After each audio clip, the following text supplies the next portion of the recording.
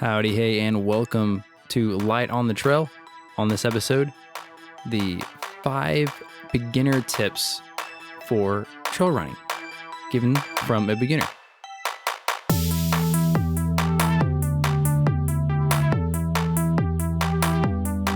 So these are going to be my point of views, or what I found very interesting or helpful, or I wish someone would have told me when I started.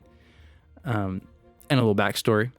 I've only been running, I wouldn't say, specifically focused on more endurance kind of runs and trail running, mostly start of this year of 2023.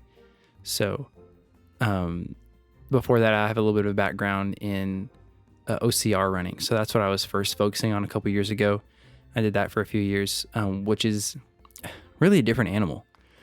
OCR, or obstacle course racing, I should say, is not just a super long distance, although they do have some really long distance ultra obstacle course races.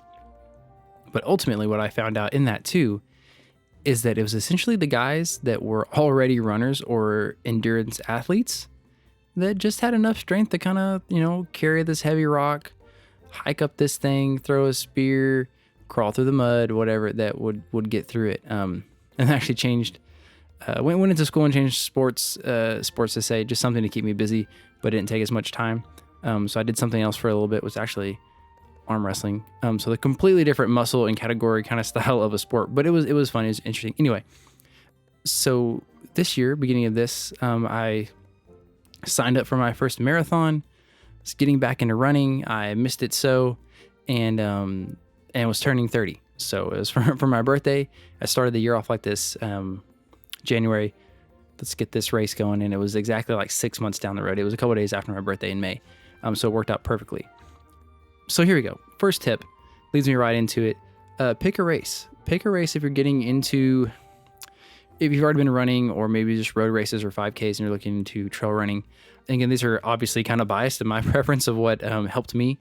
But I found that once I purchased a race, almost like getting a gym membership, signing up for something or spending the money on something, there's that aspect of it that helps motivate me to have a goal, a reason. So why? You can get into running, obviously, just for health reasons, for fitness, to stay busy, take your mind off things. It's great for relieving stress, right? Multiple reasons. But this helps me because you have a goal and a reason. I know, again, when I was doing OCR races, once I moved into competitive waves, it really made me buckle down on some of my training and train harder. Do a little more of this. Really, let's learn some more about this. And that's something that motivates me a lot. So I'd say pick out a race that looks great, looks fun, that you want to do. Take it as an adventure. Don't expect to nothing crazy if you're getting into running, again, as a beginner. That's what helps me a lot. I found a race, which was that marathon, and it was a trail marathon race, and I led up to it. I had never before that, the longest I ran was, I think, 8 miles. And I thought that was crazy, which is it can be about an hour, whatever, depending on your pace. And I remember doing the OCR stuff, which was, again, more hit, kind of high intensity workouts. And I would run, because obviously it's a race too. And I couldn't imagine why running longer than an hour. But there's a whole nother breakdown. We'll get into another episode about kind of heart rates and these zones, and why ultimately you're building your internal engine that is, depending on how efficient it is and how much output you can put out. So that's why I started running longer, and went from 8 miles, and I remember I ran my first 10 miles. I thought that was crazy. And then, you add a couple more, 13 miles. And I was like, holy crap, that's half a marathon. It's like, I've never ran that long before. And it's also, that's really motivating too, to be in new ground, new places you've never ran. Then I ran 16 miles. That actually leads to a tip I have later down here as well. And another tip, which you'll hear a lot, is maybe get around 20 miles for a marathon, that is. But it helps with goals. If you pick out a race later in the year, gives you a target, gives you, if you look into like, oh, this place has a lot of hills. This is really flat. This is really rocky.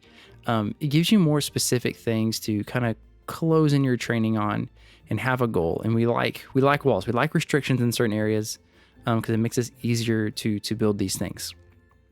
All right, tip number 2. Soak in all the knowledge you can, whether it be podcasts like this, YouTube, TV shows, podcasts on there. Books are great. The community, talk to whoever about these things. But with that, I will say, but always ask questions with everything. Ask questions and don't be fooled. Especially with in gear, or if you're following somebody and they've got so many thousand followers or whatnot.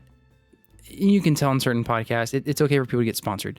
I'm not downing anyone that's in a great position and they can make some sort of an income or be sponsored. That's great. Not at all. But understand that what people are doing, if they're only talking about this one thing, that doesn't mean it's the best thing, and not to say that it's not great. But if they're sponsored by UCAN and you want to try Scratch Labs or Tailwind or something, that's fine.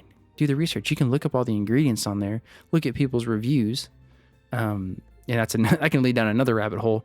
When looking into reviews, always check the, I always say recent, but most recent, do some comparison of other ones, look at the names. A lot of times, some companies, you can just purchase reviews and they're fake. And I had my Amazon hacked before, and it said I left like different reviews on these different products that I never purchased and would never buy. And it kind of opened my eyes to that. Like, I really like looking at reviews and you think you could take them kind of honestly. And not really. But anyway, taking a lot of knowledge, but also question it and reflect on it about how it could help you in your specific race, in your body type and situation, and what your goal is for that. The third one I love. Third tip here, get some awesome socks.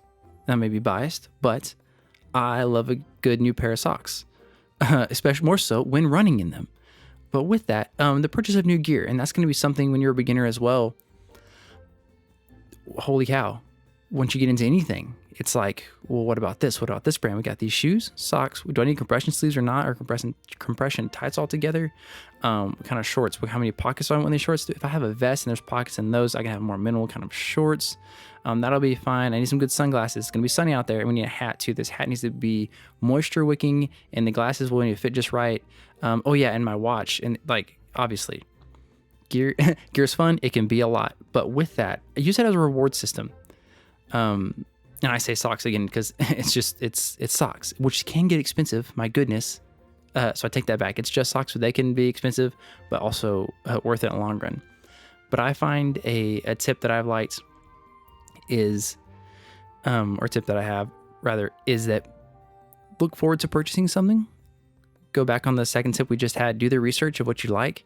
And when I was looking to a vest, that's what I was doing. But reward yourself with it. And it's that motivation, because once I use it, once I get that thing, even if it is a pair of socks, I got to try them out. Man, we got to try these socks out. We got to see what they can do. We got to see if I feel anything different. We got to get out there. We got to use this new vest. And, it's more motivation. Especially when you reward yourself with it. And be strict on that.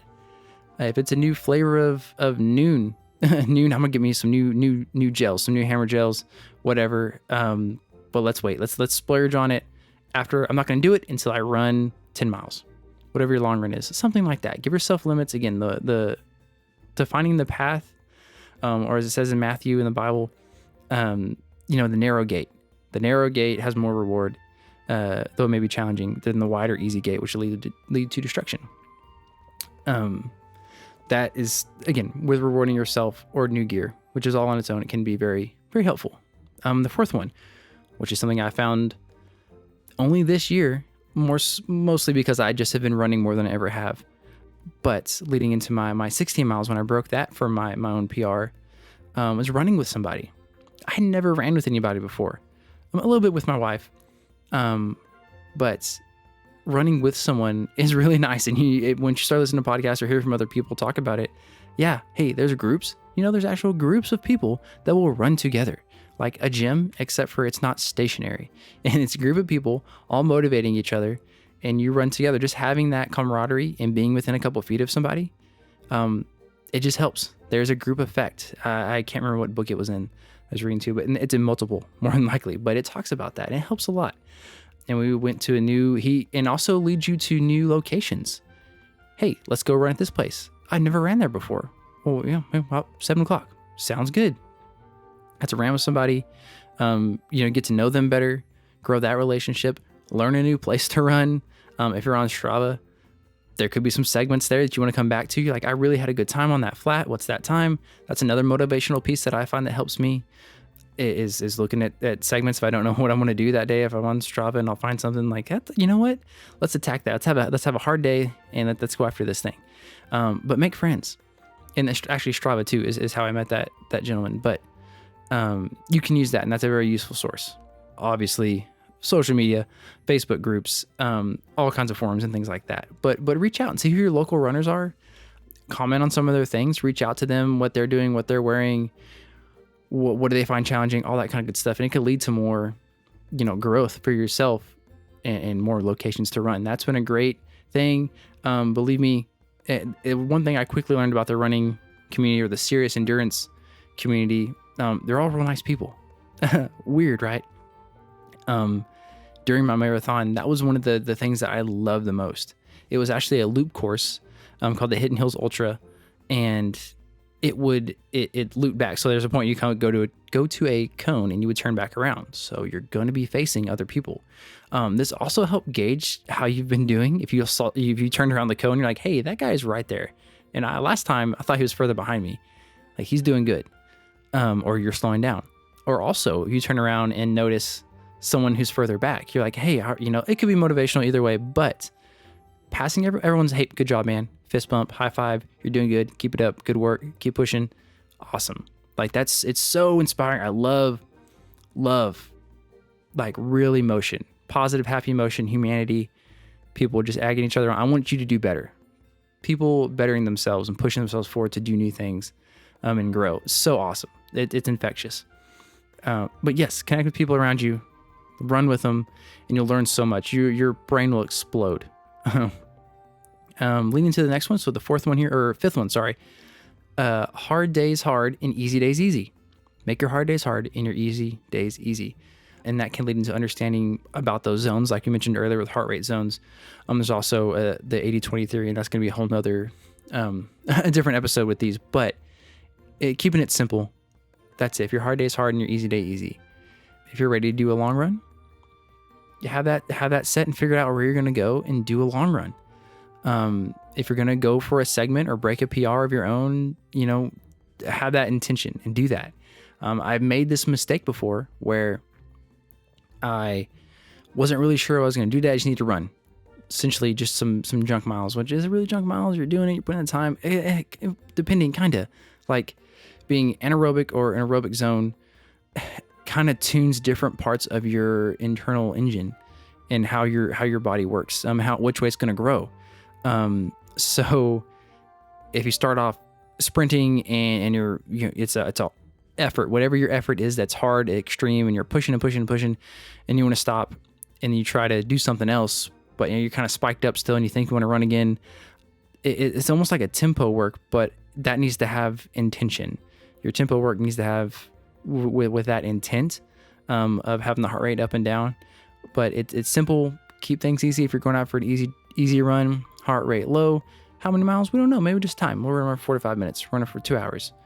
But I'm gonna make it so easy, and keep it chill. Hard days hard. When you're ready to do something, commit to it and really push yourself. Another thing I always find super inspiring or motivating is, I think the last lap, my fifth, was it 4 laps or 5 loops? I can't remember. Of the marathon or thingy thing. If you're running a 5K, isn't it odd when you can hear the music from the finish line or the people cheering, or you're on your last lap? So it's still, whatever, 4 miles or so to go. As my last lap was probably one of my fastest ones. I was so happy and inspired that I was about to finish this thing, and you just get rocking and rolling. And your 5K, you're like, let's see what's left in the tank and let's put it to the floor, and you just go. And you can go a little more, and then you get through the finish line and you're still walking, right? Dang, I'm still taking steps. I still have more. Like, the body is an amazing machine, right? The man knew what he was doing when he put it together. Bless everything, and have the air in our lungs and the feet under our our bodies to do these things. But keep it, that simple. No, kind of plan ahead what you're doing. Hard days hard, easy days easy. And kind of what I just mentioned, a bonus tip is just be positive. Be happy you're out there, either in the nature or in the heat. Oh man, it's hot. But this is nice. I've got this movement I'm happy to be out here. I could be stuck somewhere else. At least I live in a place where I can do this. Hey, I wish I lived somewhere better or whatever, but here I am doing it, trying to better myself, and be positive. I'm here using my body to a better potential, that was given to me, what my creator gave me, God said, here's a body, I put it together. It's pretty neat. Go eat Doritos and sit down all day. No, I don't think that's what he said, but be optimistic and positive. And again, that's me. These are my tips from my experience as a beginner, but that's something I immediately, actually with running altogether, always latched onto. It's just such a natural kind of primal thing, right? Moving, but faster and then faster. But then with endurance, there's almost like a strategy side to it.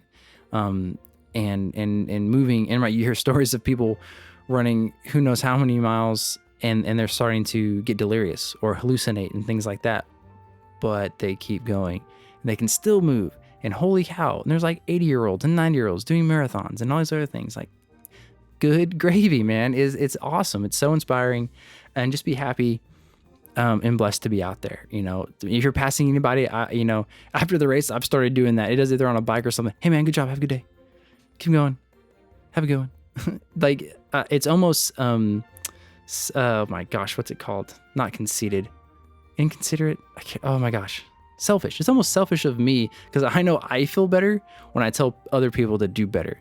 I still want them. I hope they are having a good day. But these tips, I mean, they're ones that I know that's like quickly to me, I found immediately.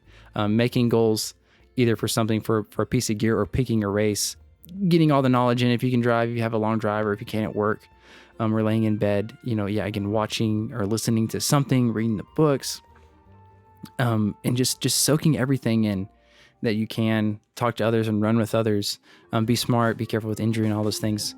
That's really it. Get out there, guys. Get the dirt under your feet. Keep moving. This is Light on the Trail. Have a good one.